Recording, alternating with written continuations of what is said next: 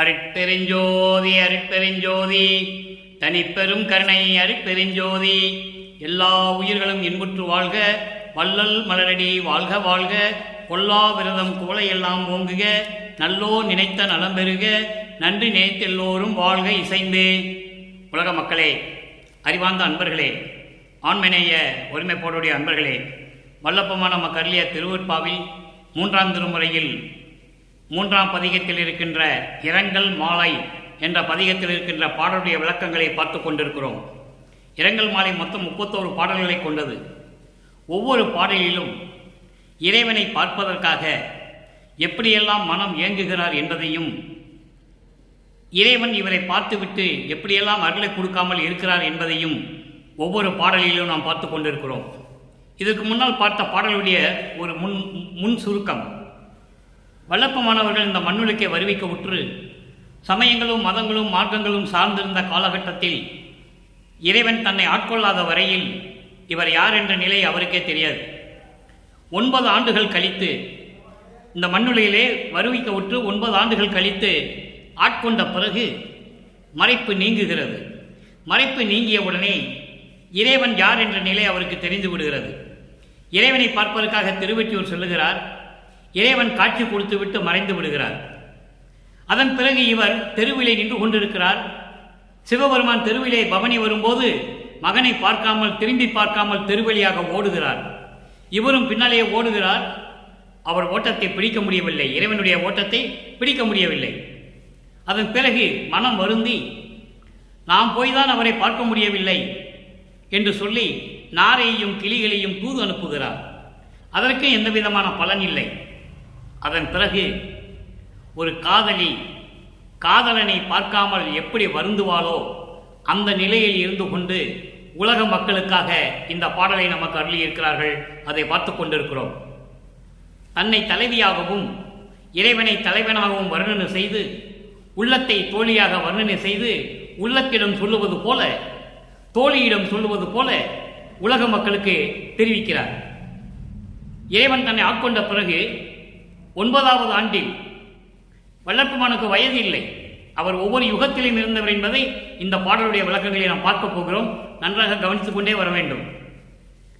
வருவிக்க உற்ற நாளிலிருந்து, வருவிக்க உற்ற ஆண்டிலிருந்து என்று சொல்ல வேண்டும். அப்போ 9ஆவது ஆண்டிலிருந்து எப்படியெல்லாம் இறைவனை பார்ப்பதற்கு துடிக்கின்றார், இறைவன் காட்சி கொடுக்கவில்லை என்பதை நாம் பார்த்து கொண்டிருக்கிறோம். வருவிக்க உற்ற ஆண்டிலிருந்து 51 ஆண்டுகள் வரையிலும் 8 பகுதிகளாக பிரித்து அந்தந்த காலகட்டங்களில் எப்படி அருளை தருகிறார் என்பதை பார்த்து கொண்டிருக்கிறோம். அந்த வகையிலே நாம் இப்ப பார்த்து கொண்டிருக்கிற பாடல் வல்லப்பமானவர்கள் 3ஆவது எட்டில் இருந்து கொண்டிருக்கிறார்.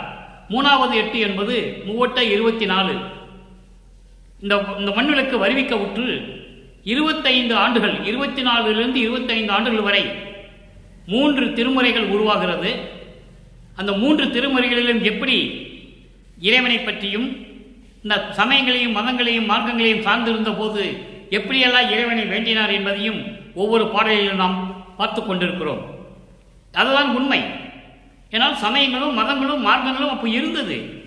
அப்போ நமது இறைவன் வல்லப்பமானவர்களுக்கு சமரச சுத்த சன்மார்க்கம் தெரியாது. இறைவன் சொல்லலை, அவங்க அப்பா சொல்லலை.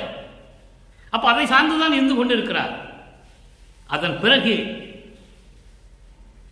5ஆவது எட்டுக்கு வரும்போது ஐயட்ட 40 இந்த மண்ணுலகை வரிக்க உற்று 41ஆவது ஆண்டுகளுக்கு மேல் சமரச சுத்த சன்மார்க்கத்தை தந்தையிடம் பெற்ற பிறகு அதே இறைவனை எப்படி வேண்டுகிறார், எப்படி சமயங்களும் மதங்களும் மார்க்கங்களும் தேவையில்லை என்று சொல்லுகிறார் என்பதை படிப்படியாக பார்த்து கொண்டிருக்கிறோம், ஒப்பிட்டு பார்த்து கொண்டிருக்கிறோம்.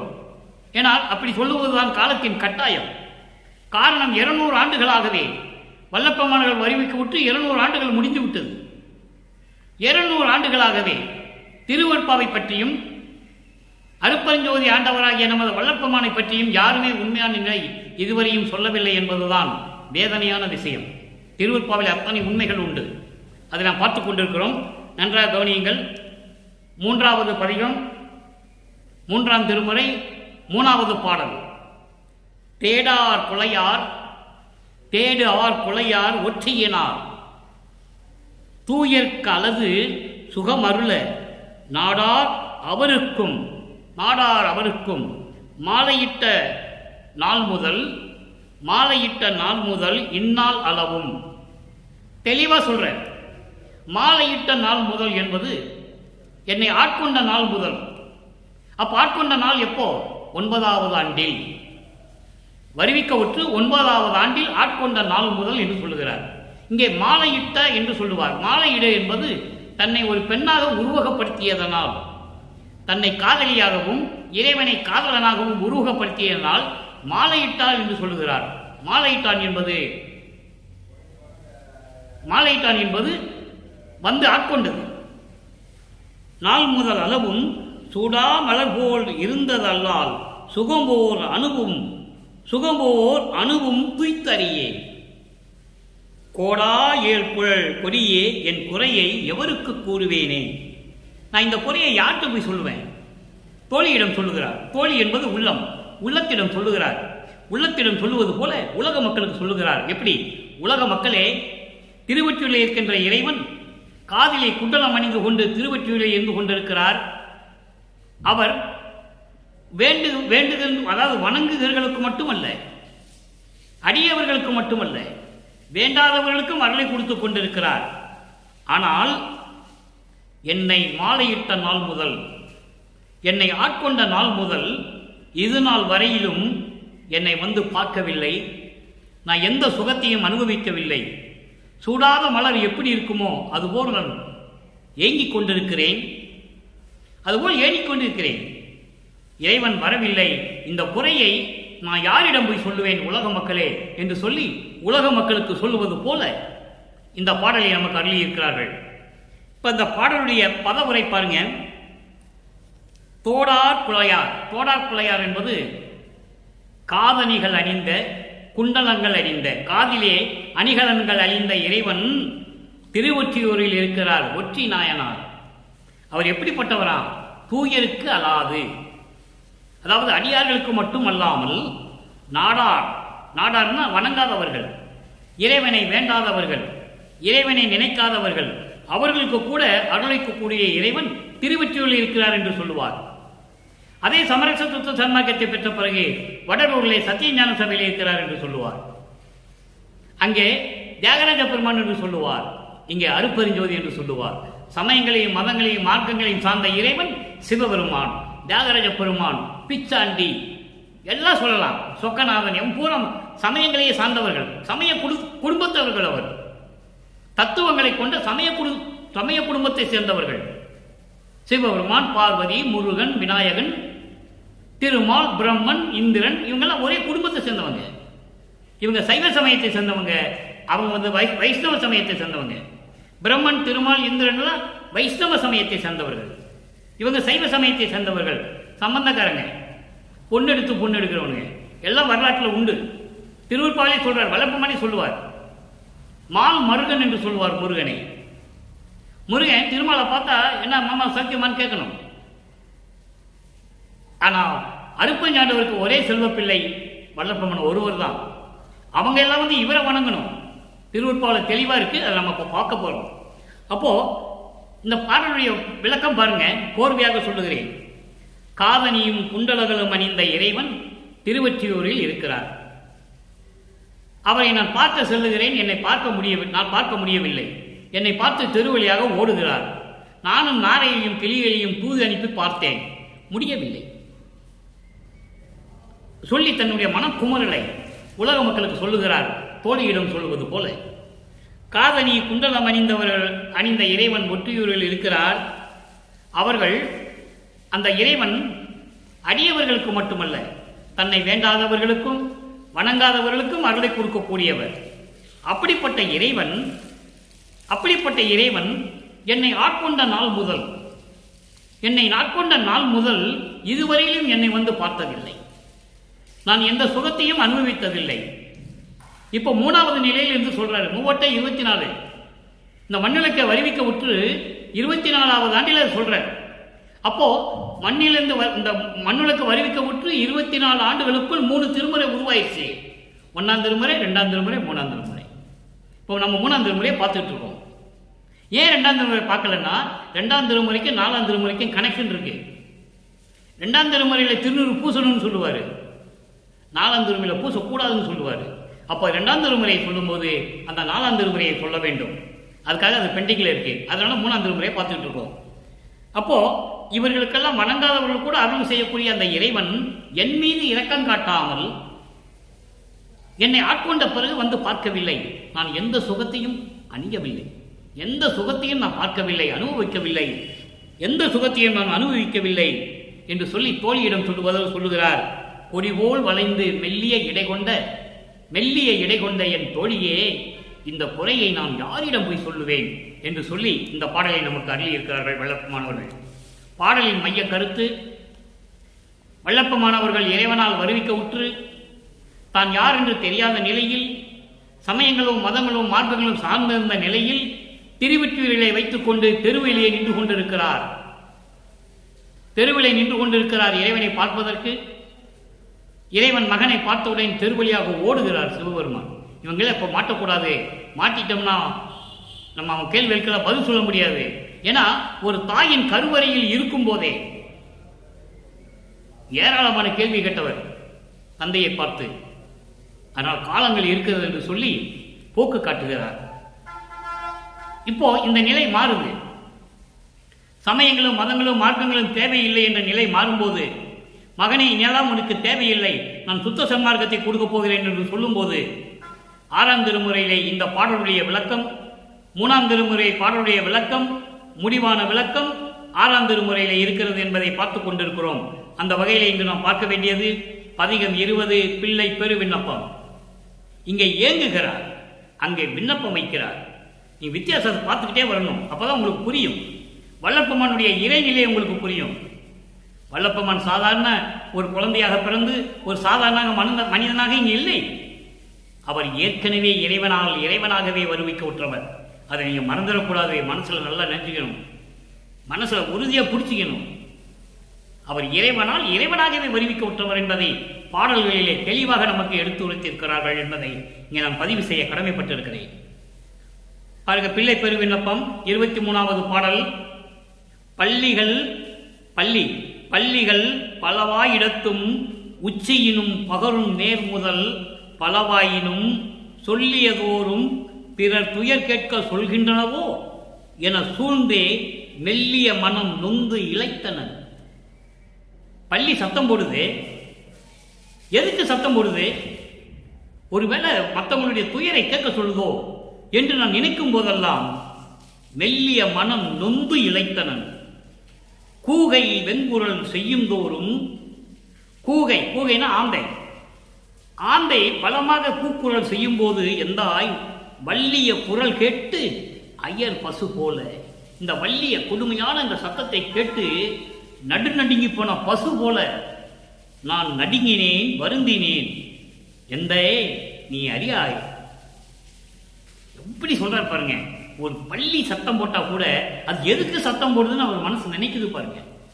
அது உலக மக்களுக்கு எப்படி சொல்றாரு பாருங்க. அதான் அற்புதமான ஒரு இடம். தலைக்கு மேல இருந்து பள்ளி சத்தம் போடுது, பல இடங்களிலிருந்து சத்தம் வருது, பள்ளி சத்தம் போடுது. ஏன் சத்தம் போடுது என்று, ஏன் சத்தம் போடுது, என்ன சொல்ல போகுது என்று நான் நினைக்கும் போது, ஒருவேளை மற்றவங்களுடைய துன்பங்களை, மக்கள் படுகின்ற துன்பங்களை கேட்க சொல்லுதோ, அங்க மக்கள் எல்லாம் துன்பப்படுகிறார்கள், நீ போய் என்னென்ன பாரு என்று சொல்லுதோ என்று என் மனம் சொல்லும் போதெல்லாம் என் மெல்லிய மனம் சூழ்ந்து மனம் நொந்து இளைத்தன. மனம் அவ்வளவு எனக்கு அவ்வளவு கஷ்டமா இருந்தது. கூகை வெண்குரல் செய்யும் தோறும், ஆந்தை கடும் குரல் செய்யும் போதும், கத்தும் போதும், கூக்குரலிடும் போதும் இந்த சத்தத்தை கேட்டு பசு எப்படி நடுங்குச்சோ அதுபோல நான் நடுங்கினேன். எந்தை நீ அறிவாய், என் தந்தையே இதை நீ அறிவாயாக என்று சொல்லுகிறார். அடுத்த ஒரு நிலை 22வது பதிகம் ஆன்ம தரிசனம் 3வது பாடல்.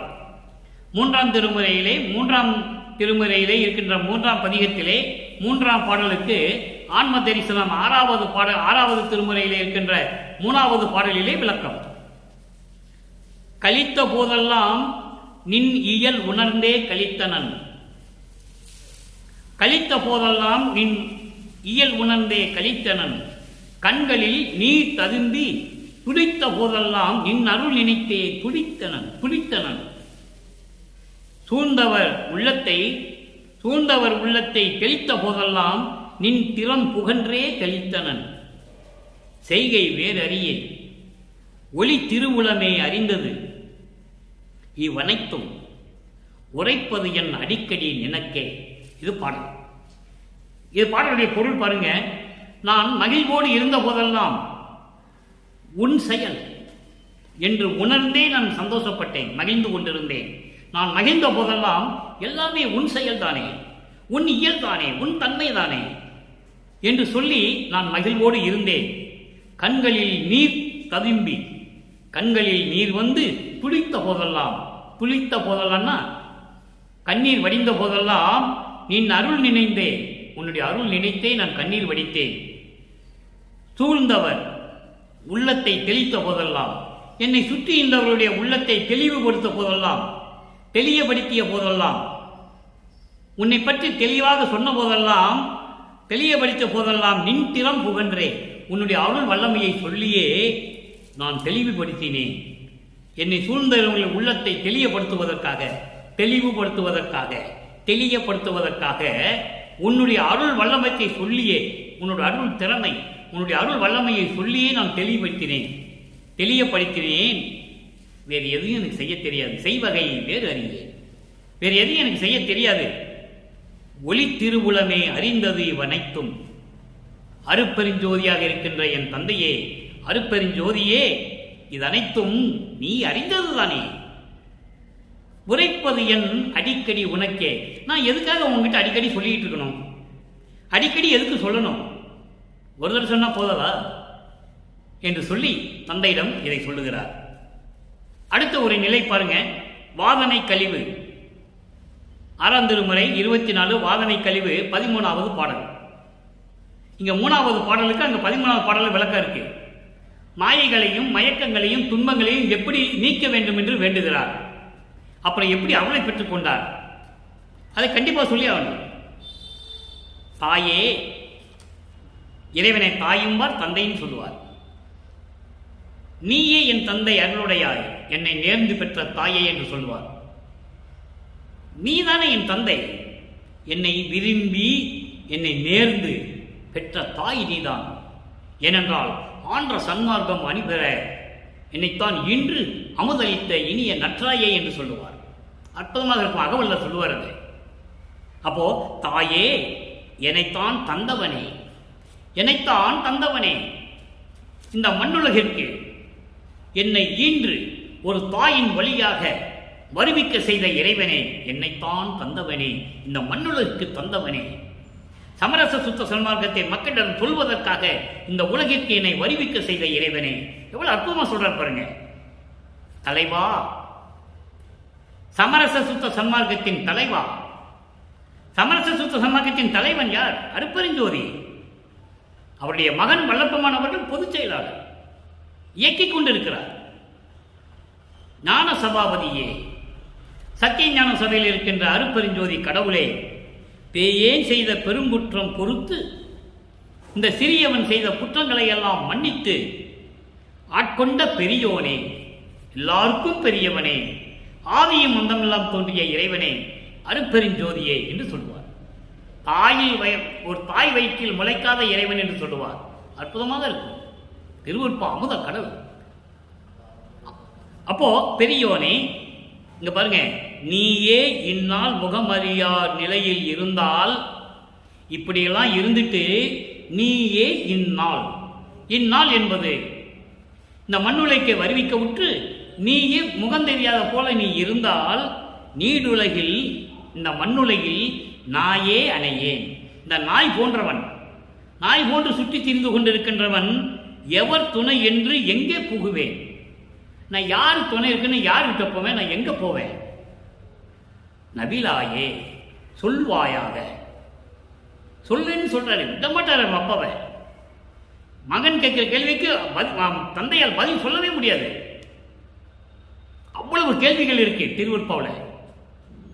ஒருத்தனே நெற்றிக்கல்லிருந்து கொண்டு வந்தேன், ஒருத்தனே அருளால கொண்டு வந்தேன், என்ன மட்டும் ஏன்னா ஒரு தாய் வயிற்றிலிருந்து கொண்டு வந்தேன்னு கேட்கிறார். ஒரு தாய் கருவறையில் என்னை 10 மாதம் உட்கார வச்சு, அசிங்கமான இடத்துல உட்கார வச்சு, என்னை எப்படியெல்லாம் நீசப்படுத்தி, இந்த பஞ்சபூதங்களும் தத்துவங்களும் எப்படியெல்லாம் என்னை கொடுமைப்படுத்தினேன், இப்படியெல்லாம் என்னை வச்சு ஏன் கொண்டு வந்தேன், எதுக்கு அப்படி வளர்க்கணும் நீ என்ன நினைச்ச கேட்குற. அதுக்கு அப்பா பதில் சொல்றாரு மகனுக்கு, இல்லை மகனே, சமயங்களும் மதங்களும் மார்க்கங்களும் தேவையில்லை என்று சொல்லும் பொழுது நீ இந்த உலகத்திலே வருவிக்க விட்டு மக்களோடு மக்களாக இருந்துதான் வர வேண்டும் என்ற காரணத்தினால்தான் உன்னை மண்ணுலகிற்கு வருவிக்க விட்டேன் என்று சொல்லுகிறார். அற்புதமான இடங்கள்லாம் நிறைய இருக்கு திருவருட்பாவில். இப்படியெல்லாம் சொல்லணும், சொன்னால் மக்களுக்கு தெரியும், வளர்ப்பமான பற்றி தெரியும். அப்போ இந்த நிலையிலிருந்து சொல்ற பாருங்க, நீயே என்னால் முகமறியா நிலையில் இருந்தால், இப்போ மண்ணுலகத்துக்கு உன்னால வருவிக்கிட்ட பிறகு இப்போ நீ என்ன பண்ற, யாரோ முகம் தெரியாத மாதிரி நீ கிட்ட நடந்துகிட்டு இருக்க. அப்போ இந்த மண்ணுலகத்தில் இருக்கிறவங்க என்ன நினைப்பாங்க, நீடுலகில் நாயேரியன் யார் துணை, நான் எங்க போவேன், யாருக்கிட்ட போவேன் சொல்லுவாயாக என்று சொல்லி இந்த பாடலை நமக்கு அருளி இருக்கிறார்கள். அடுத்து பதிகம் 28 அபயத்திறன். அன்பர்களே, 3ஆம் திருமுறையிலே இரங்கல் மாலையில் இருக்கின்ற அந்த 3வது பாடலுக்கு இவ்வளவு விளக்கம் இருக்கிறது. காரணம், சமயங்களும் மதங்களும் மார்க்கங்களும் சார்ந்த நிலையில் எப்படி இருந்தார், அதெல்லாம் வேண்டாம் சொன்ன பிறகு, சமரச சுத்த சன்மார்க்கத்தை பெற்ற பிறகு மக்களுக்கு தெளிவுபடுத்த வேண்டும் இல்லையா? அதனால்தான் நாம் ஒப்பிட்டு ஒப்பிட்டு ஒவ்வொரு பாடலுக்கும் விளக்கம் சொல்லிக் கொண்டிருக்கிறோம். அபயத்திறங்களை சொல்றாரு 3வது பாடல். அங்கே இருக்கிற 3வது பாடலுக்கு இங்கே 3வது பாடல விளக்கம். புல்லவா மனத்தே எண்ணினும் சமயம் புகுதவா பொய்நெறி ஒழுக்கம் சொல்லவா சொல்லிட்டாரு. விளக்கமா சொல்றாரு பாருங்க. அங்க சமயங்களையும் மதங்களையும் மார்க்கங்களையும் சார்ந்து இருந்தாரு. இங்க எப்படி சொல்றாரு பாருங்க, புல்லவா மனத்தேன் எனினும் சமயம் புகுதவா பொய் நெறி ஒழுக்கம் சொல்லவா பிறரை துதிக்கவா சிறியதோர் சொப்பனவாயினும் நினையேன் கல்லவா மனத்தோர் உறவையும் கருதேன் கனகமா மன்றிலே நடிக்கும் நல்லவா. அங்க திருவற்றில் இருக்கின்ற இறைவன் சொல்லுவார், இங்க கனகமா மன்றிலே நடிக்கும் நல்லவா. கனகமா மன்றம் என்பது பொற்சபை. பொற்சபையிலே அருள் நடனம் செய்து கொண்டிருக்கின்ற நல்லவா, எல்லாம் வல்லவா, உன்னையே நம்பினேன் கைவிடே என்னையே. பாடல். புல்லவா மனத்தேன் என்பது கருணையும் தயவும் இல்லாத மனம் கொண்டவன். அதாவது ஒரு புல்லு எப்படி இருக்கும், உயிரற்றது, ஜடப்பொருள். அதுபோல மனம் கொண்டவன் நான் என்று தன்னை தாழ்த்தி கொள்ளுகிறார். தயவும் கருணையும் இல்லாத மனம் கொண்டவன் நான் என்றாலும் கூட சமயம் புகுதாவா, எந்த சமயத்திலும் நான் சேரவில்லை, எந்த சமயமும் எனக்கு தேவையில்லை. பொய் நெறி ஒழுக்கம் சொல்லவா, பொய்நீர் ஒழுக்கமும் சொல்ல மாட்டேன். பொய்நீர் ஒழுக்கம் என்பது சமயங்களும் மதங்களும் மார்க்கங்களும் சார்ந்திருந்த நெறிமுறைகள், வழிபாட்டு முறைகள், உருவ வழிபாட்டு முறைகள், சங்கற்ப விகற்பங்கள், இதெல்லாம் நான் சொல்ல மாட்டேன். பிறரை துதிக்கவும் மாட்டேன். பிரம்மன் முதல் யாரையும் சரி, மாணவர்கள் யாராக இருந்தாலும் சரி, நான் அவர்களை மதிக்கவும் மாட்டேன். தெளிவா சொல்லுவாரே, உன்னை மறக்கவும் மாட்டேன், மற்ற தேவர்களை மதிக்கவும் மாட்டேன் என்று சொல்லுவார். தெளிவா சொல்லுவார். மறந்தும் என்ற நாவால் உரைக்கவும் மாட்டேன் சிறு தெய்வ நாமங்களே என்று சொல்லுவார். அருப்பெருஞ்சோதி ஆண்டவரை தவிர இது எல்லாமே சிறு தெய்வங்கள் தான். அதான் இங்க சொல்றாரு, பிறரை துதிக்காவா, நான் செய்ய மாட்டேன், யாரையும் வணங்கவும் மாட்டேன், இதை சிறியதோ சொப்பனத்தாயினும் நினையேன். கொஞ்சம் கூட கனவுல கூட நான் நினைக்க மாட்டேன்னு சொல்றேன். கொஞ்சம் கூட கனவுல கூட நினைக்க மாட்டேன். கல்லவா மனத்தோர் உறவையும் கருதேன். கல் போன்ற இறுகிய மனம் கொண்டவர்களை கூட, தயவும் கருணையும் இல்லாத மனம் கொண்டவர்களை நான் நினைவில் வைத்துக் கொள்ளவே மாட்டேன். அவங்க உறவை எனக்கு தேவையில்லை. தயவும் கருணையும் இல்லாத மனிதர்களுடைய உறவு எனக்கு தேவையில்லை. உறவையும் கருதேன் கனகாமா மின்றிலே நடிக்கும் நல்லவா, எல்லாம் வல்லவா, எல்லாம் வல்ல இறைவனே, உன்னையே நம்பினேன் கைவிடேல் என்னையே என்று சொல்லுகிறார். 110 தனித்திரு அலங்கள். 110 தனித்திரு அலங்கள் 6ஆம் திருமுறை 3வது பாடல். உன் ஆணை, உன்னை விட உற்ற துணை வேறில்லை என் உடையாய், என் ஆணை காத்தருளி, என் ஆணை காத்தருளி இத்தினமே அருள்ஜோதி ஈதல் வேண்டும்.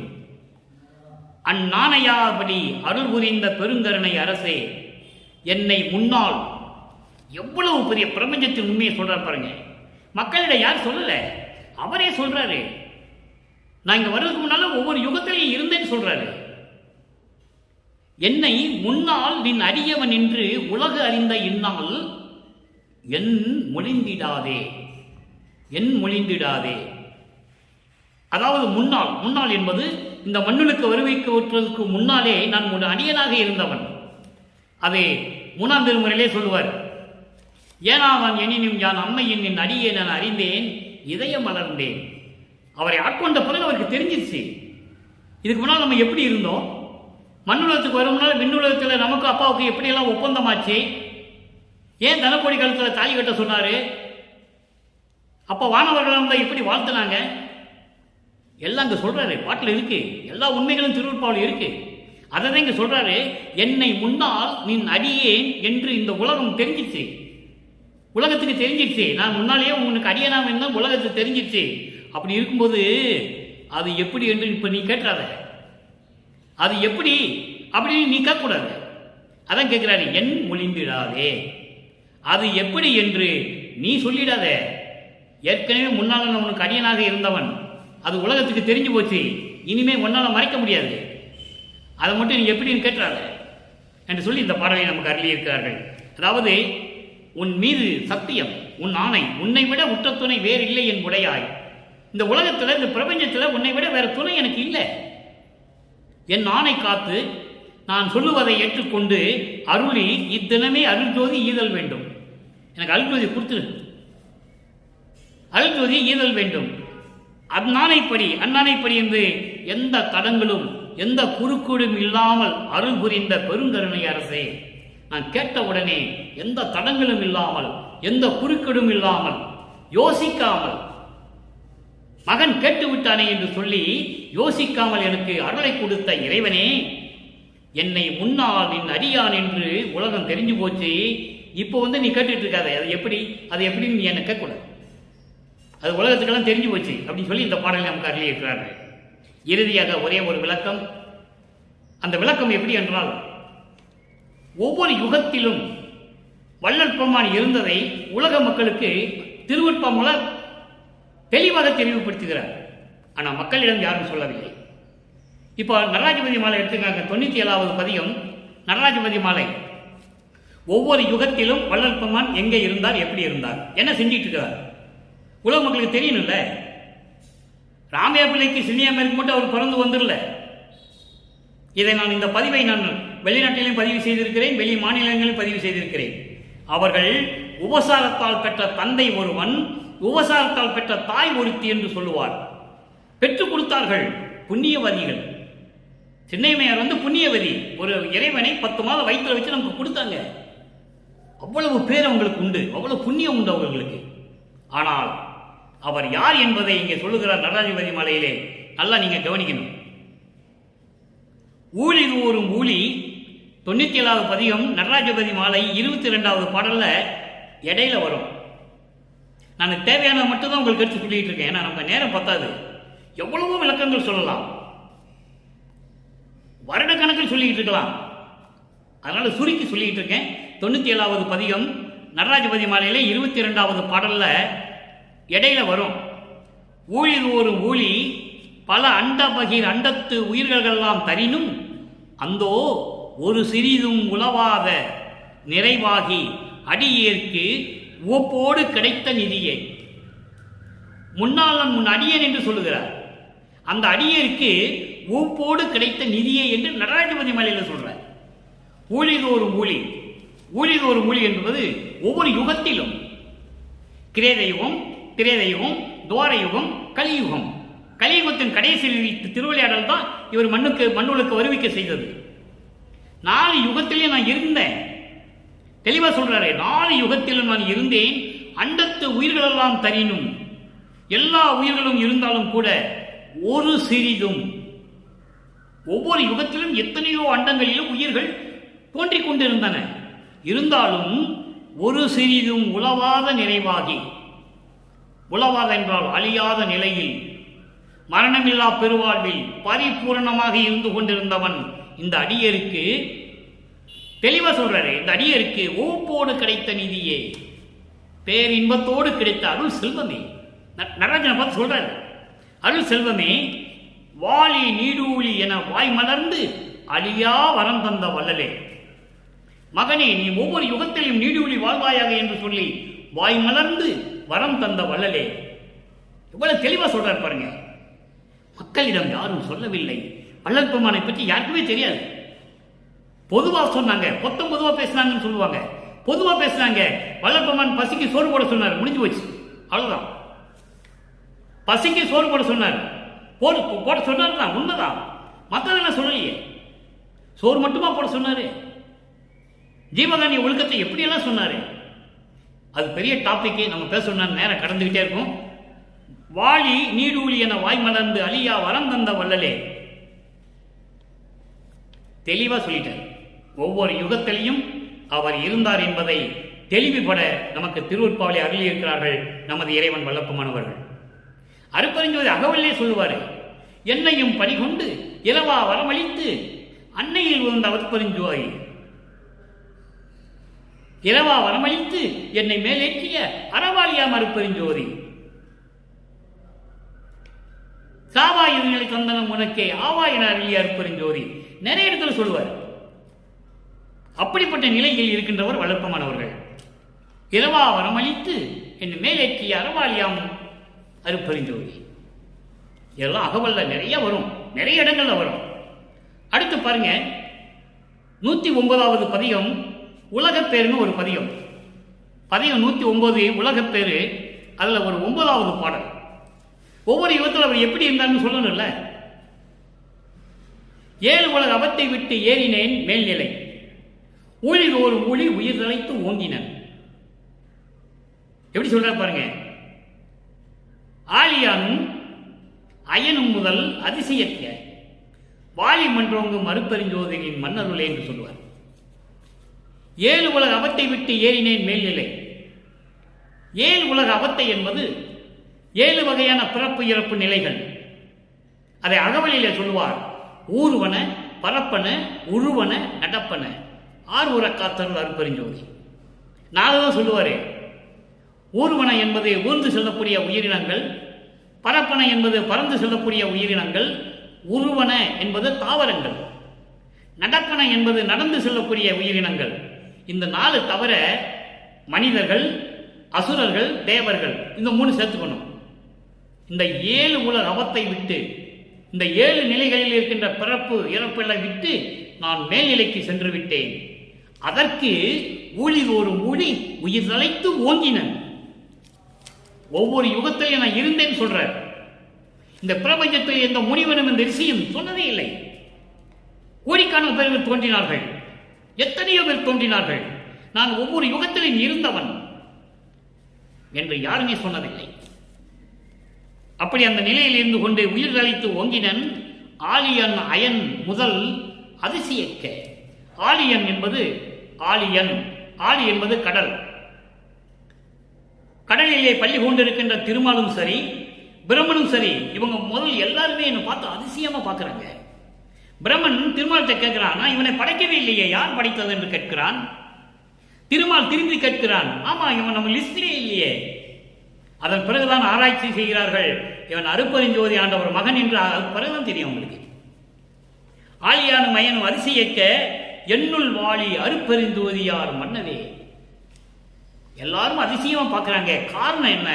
நீ என்னோடு இருப்பதனால், அருட்பெருஞ்சோதியாக என் உள்ளத்தில் இருப்பதனால், நீ எனக்கு மன்னனாக திறந்து கொண்டிருப்பதனால் எல்லாருமே என்னை பார்த்து அதிசயமாக பார்த்துக் கொண்டிருக்கிறார்கள். வாலி என்று என்னை வந்து அயன் மால் ஆதியோர் அருட்பேர் ஆளி என குதித்து ஏத்த புரிந்தாய். அற்புதம்! நீடூழி வாலி என்று அன்றே சாதா வரமும் உபந்தளித்தாய். வாலி மன்றோங்கும் மறுப்பெருஞ்சோதி என் மன்னருளே. அருமையான பாடல். பிரம்மனும் திருமாலும் ருத்திரனும் வானவர்கள் எல்லாம் வந்து வள்ளல் பெருமானை காலை தொட்டு வணங்குகிறார்கள். துதித்து ஏத்த புரிந்தாய், அந்த நிலையை எனக்கு கொடுத்து விட்டாய். ஏறா நிலை மிசை ஏற்றி விட்டாய் என்னை. அன்றே அவர்களுக்கு முன்னால் எனக்கு சாதா வரமும் கொடுத்து விட்டாய். வாலி மன்றோங்க மறுப்பெருஞ்சோதி நின் மன்னருளே அண்மையா சொல்லுவார். நாகாதிபனும் நான்முகனும் நாராயணனும் நறுமுறும் எனவே ஞான அமுதம் அளித்தாய். நானும் உண்டு துண்ணவே சாகா கலையை பயிற்று தந்த தயவை சாற்றற்கரிது. சாகா கல்வியை யாரும் கற்றதில்லை, வல்லப்பமன் ஒருவரை தவிர. அதை பார்த்துட்டு இந்திரனும் பிரம்மனும் திருமாலும் நறுமுருன்னு பல்ல கடிச்சிட்டு இருக்காங்க. கோபம் நமக்கு தெரியாமல் தன் பிள்ளைக்கே சொல்லி கொடுத்துக்கிட்டு இருக்காரே. கோபம் நறுமுருன்னு கோபத்தில் பல்ல கடிச்சிட்டு இருக்காங்க. அவங்களுக்கு முன்னாலேயே எனக்கு ஞான அமுதம் அளித்து நான் அந்த ஞான அமுதத்தை உண்டு எனக்கு சாகா கலையை பயிற்சி தந்த அந்த தயவை நினைக்கும் போது சாற்றற்கரிது. எப்படி சொல்லுவது என்று சொல்லுகிறார். அற்புதமாக இருக்கும். அடியனாக்கி பிள்ளையாக்கி நேயனாக்கியே அடிகளாக்கி கொண்டாய் என்னை அவலம் நீக்கியே படியுளோரும் வானுளோரும் இதை நோக்கியே பதியும் ஓரவாரான் என்பான் பரிவி தேக்கியே. முதல்ல என்னை அடியனாக்கி கொண்டாய் முன்னாளில் மெய்யருவியப்புல சொல்லுவார். அதை மெய்யருவியப்பு பாட்டில் அதை சொல்லுவார். முதல் இந்த பிரபஞ்சம் தோன்றிய காலத்திலிருந்து என்னை நீ அடியனாக்கி கொண்டாய். அதன் பிறகு இந்த மண்ணுலக்கு அனுப்பி பிள்ளையாக்கினாய். அதற்கப்புறம் உயிர்களுக்கு நேயனாக்கினாய், நண்பனாக்கினாய். அதன் பிறகு அடிகளாக்கி கொண்டாய் அவலம் நீக்கியே. அடிகளாக்கி கொண்டாய் என்பது என்னோடு இரண்டர் கலந்து கொண்டாய் என்று பொருள். அடிகளார் என்பது சரியான விளக்கம் என்னவென்றால் இறைவன் அவனோடு இரண்டரை கலந்திருக்க வேண்டும். அவன்தான் அடிகளார். அவன்தான் அடிகளார். அப்படி அடிகளாக்கி கொண்டாய். இதை பார்த்து படி உள்ளோரும் வானுள்ளோரும், இந்த மண்ணுலகத்தில் இருக்கிறவங்களும் வானுலகத்தில் இருக்கிறவங்களும் பரிதாபமாக பார்க்குறாங்க. எப்படி கடவுளுக்கு கூட ஓர வஞ்சனை இருக்கிறது. பதியும் ஓரவாரான் என்பார் பரிவு தேக்கியே. கடவுளுக்கு கூட ஓர வஞ்சனை இருக்கிறத பார்த்தா மகனுக்கே கொடுத்துக்கிட்டு இருக்காரு. எவ்வளவு அற்புதமா இருக்கு பாருங்க. ஆக வல்லப்பனுடைய கடவுள் நிலை நீங்கள் புரிந்து கொள்ள வேண்டும். கடவுள் நிலையில் இருக்கின்றவர் 16வது நிலையாகிய ஞானத்தில் நின்று கொண்டிருக்கின்றவர். அதான் சிவஞான வெளியில் இருக்கின்றவர். சிவஞான வெளியில் இருக்கின்றவர் அவர்தான் கடவுள் அறிந்து அம்மையமாகின்ற நிலை. அது ஏமசித்தி சாகா கல்வி தத்துவங்களை நிகரம் செய்தல். அருப்பெருஞ்சோதி அட்டகத்திலே சொல்லுவார். தத்துவம் அனைத்தும் தனித்தனியே கடந்தேன். தத்துவாதீத நிலையில் சித்தியல் முழுதும் தெரிந்தேன். அவை மேல் சிவநிலை தெரிந்திட சென்றேன். அவர் எப்படியெல்லாம் அண்டங்களுக்கும் சிவவெளிக்கு போயிட்டு இருக்காரு அதை புரியாம சோறு போட்டாரு, தர்மசாலை இருந்தார், அங்க இருந்தார், இங்க இருந்தாரு, எல்லாம் செவிவெளி செய்திகள். அவர் எல்லா இடத்திலும் இருந்தார். அவர் எங்க வேணாலும் இருப்பார். இறைவன் நினைத்த இடத்தில் இருப்பார். எந்த உருவத்தில் வேணாலும் இருப்பார். அந்த நிலையில் இருக்கின்றவர் வளர்ப்புமார். ஆக அப்படிப்பட்ட இறைவனை அன்பர்களை நீங்களும் வணங்கி இறைவனுடைய அருளை பெற வேண்டும். அப்ப நம்ம செய்ய வேண்டிய வழி என்ன? ஒரே ஒரு வழிதான். சமரச சுத்த சன்மார்க்கத்தில் இருக்க வேண்டும். சமயங்களும் மதங்களும் மார்க்கங்களும் சாராத நிலை மார்க்கம் சமரச சுத்த சன்மார்க்கம். திருநூறு பூசிட்டு தான் அற்புதம் சொல்லணும்னு அவசியம் இல்லை. ஊதுவத்தையும் கற்பூரத்தை கொளுத்திட்டு அற்புதம் சொல்லணும்னு அவசியம் இல்லை, தேவையில்லை. நீ ஊதுவத்தை கொளுத்தி கற்பூரத்தை கொளுத்தி சொல்லணும்னா நமச்சிவாயன் சொல்லிட்டு போ, சிவாய நமன் சொல்லிட்டு போ. அற்புதம் சொல்லக்கூடாது. தெளிவா சொல்றார் வல்லற்பமான். இங்க பேசக்கூடிய கருத்துக்கள் அத்தனை எனது சொந்த கருத்துக்கள் அல்ல. வல்லற்பமான் திருவருட்பாவையில் நமக்கு அருளியது. நீ நமச்சிவாயன் சொல்லிட்டு நீ என்ன வேணா பண்ணிக்க, சிவாய நமன் சொல்லிட்டு நீ என்ன வேணா பண்ணிக்க. we don't bother. ஆனால் சமரச சுத்த சன்மார்க்கத்தின் வரும்போது அருப்பெருஞ்சோதின்னு சொல்லும்போது எப்படி இருக்கணுமோ அப்படிதான் இருக்கணும். சமயங்களும் மதங்களும் மார்க்கங்களும் சங்கற்ப விருப்பங்கள் எதுவுமே இருக்கக்கூடாது. ஒரு ஒரு தூசளவு கூட இருக்கக்கூடாது. வெறும் அகல் விளக்கில் மண் அகல் விளக்கில் தீபத்தை ஏற்றி ஞானசரியை படிக்கணும். மகாமந்திரத்தை சொல்லணும். அருப்பெருஞ்சோதி தனிப்பெருங்கருணை அருப்பெருஞ்சோதி என்ற மகாமந்திரத்தை சொல்லி சைவ நெறியில் இருந்து கொண்டு கொலையும் புலையும் தவிர்த்து இறைவனை வணங்கி இறைவனுடைய அருளையும் செல்வங்களை எல்லாம் பெற்றுக்கொண்டு நீங்கள் இந்த வையகத்திலே வாழ்வாங்க வாழ வேண்டும். நோயற்ற வாழ்வில் நீங்கள் வாழ வேண்டும் என்று இறைவனுடைய ஆசியாலையும் தயவாலையும் கருணையாலையும் வேண்டி இந்த வள்ளலார் ஊழியன் விடைபெறுகிறேன். மீண்டும் நாளை சந்திப்போம். நன்றி, வணக்கம். அருட்பெருஞ்சோதி தனிப்பெரும் கருணை அருட்பெருஞ்சோதி.